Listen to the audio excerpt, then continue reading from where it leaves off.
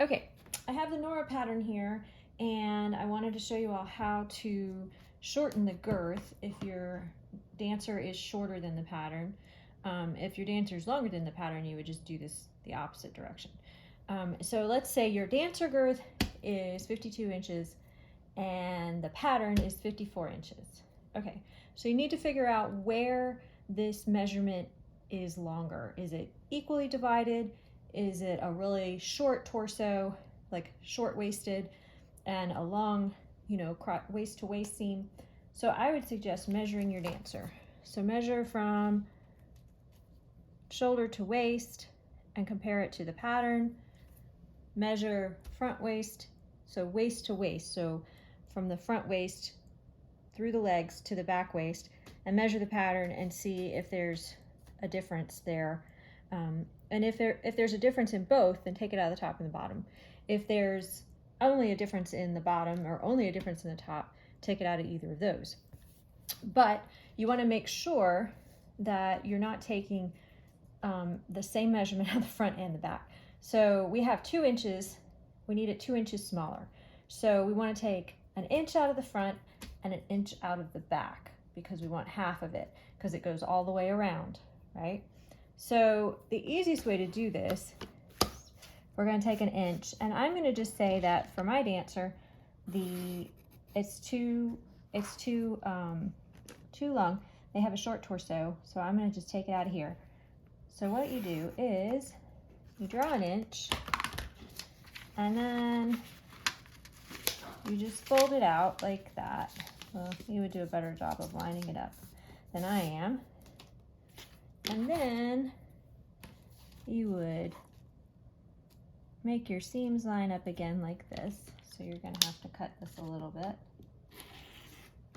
And that is all there is to it. You now have an inch taken out of the front, and you would take an inch out of the back. And I know if you want to take it out here, that's going to lower where your back comes.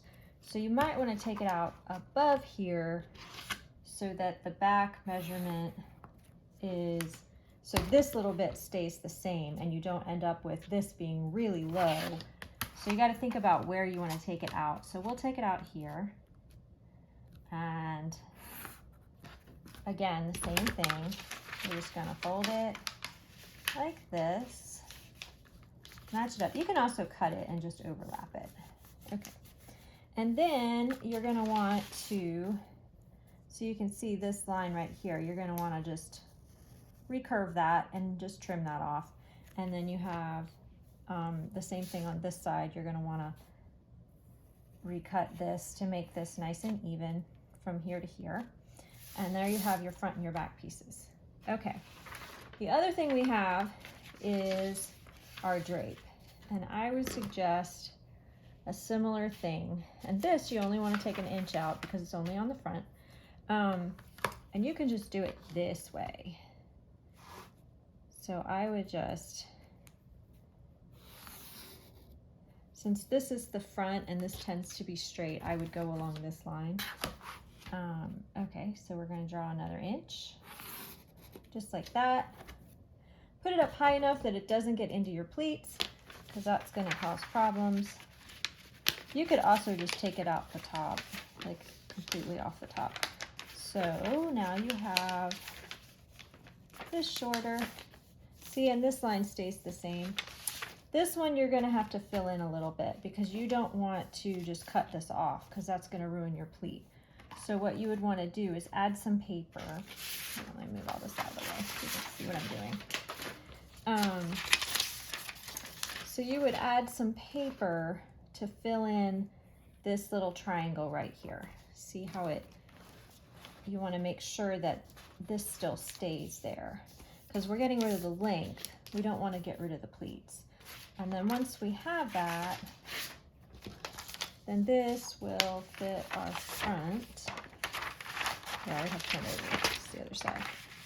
This will fit our front just like it fits on the regular piece. See, it should go from here to here. Ta-da! And there you have it, how to shorten a pattern.